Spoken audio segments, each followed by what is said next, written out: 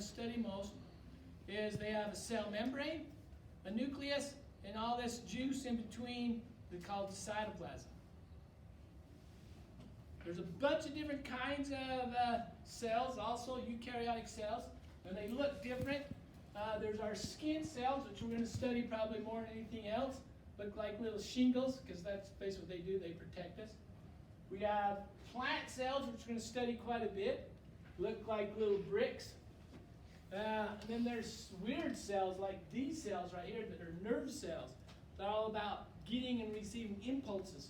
So they have little antennas or little tentacles sticking out everywhere to sense and give impulses.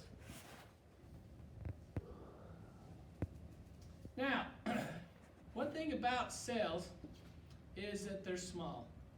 I want to talk about how small cells are. Cells are very soft, small, so small they're invisible unless you have a microscope. You are made out of many cells, about 100 trillion cells, 100 trillion cells in the human body. Cells are usually around 5 micrometers, that's a millionth of a meter, to 20 micrometers. Skin and red blood cells are about 10 micrometers. They're big enough, big enough we can see them with the microscope, and we're going to be looking at the microscopes and seeing some of this stuff right away.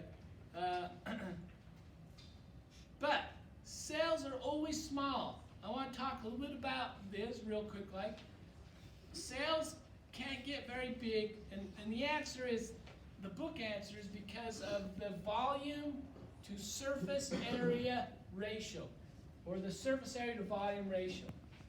And what does that mean?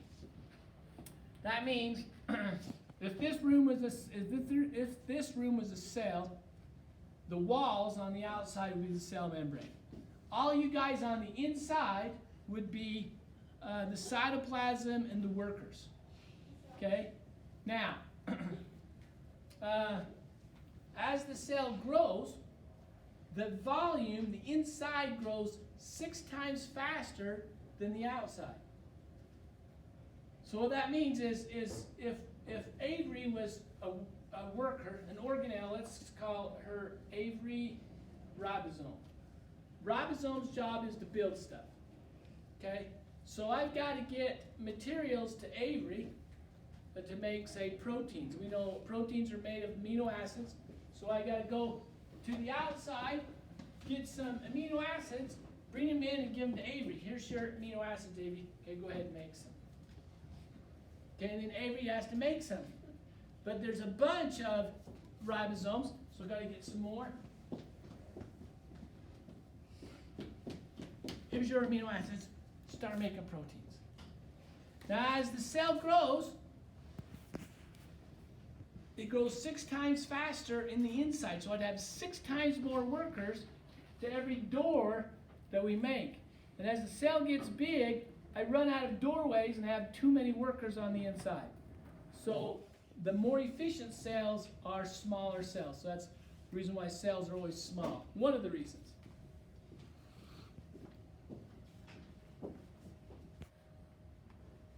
Okay, the last thing we talk about is homeostasis. We're going to talk a lot about homeostasis.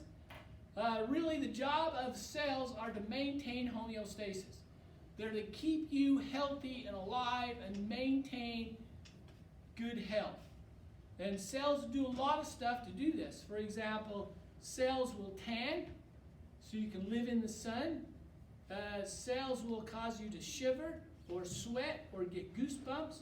Cells will even heal scrapes, so you can heal yourself. That's all part of homeostasis.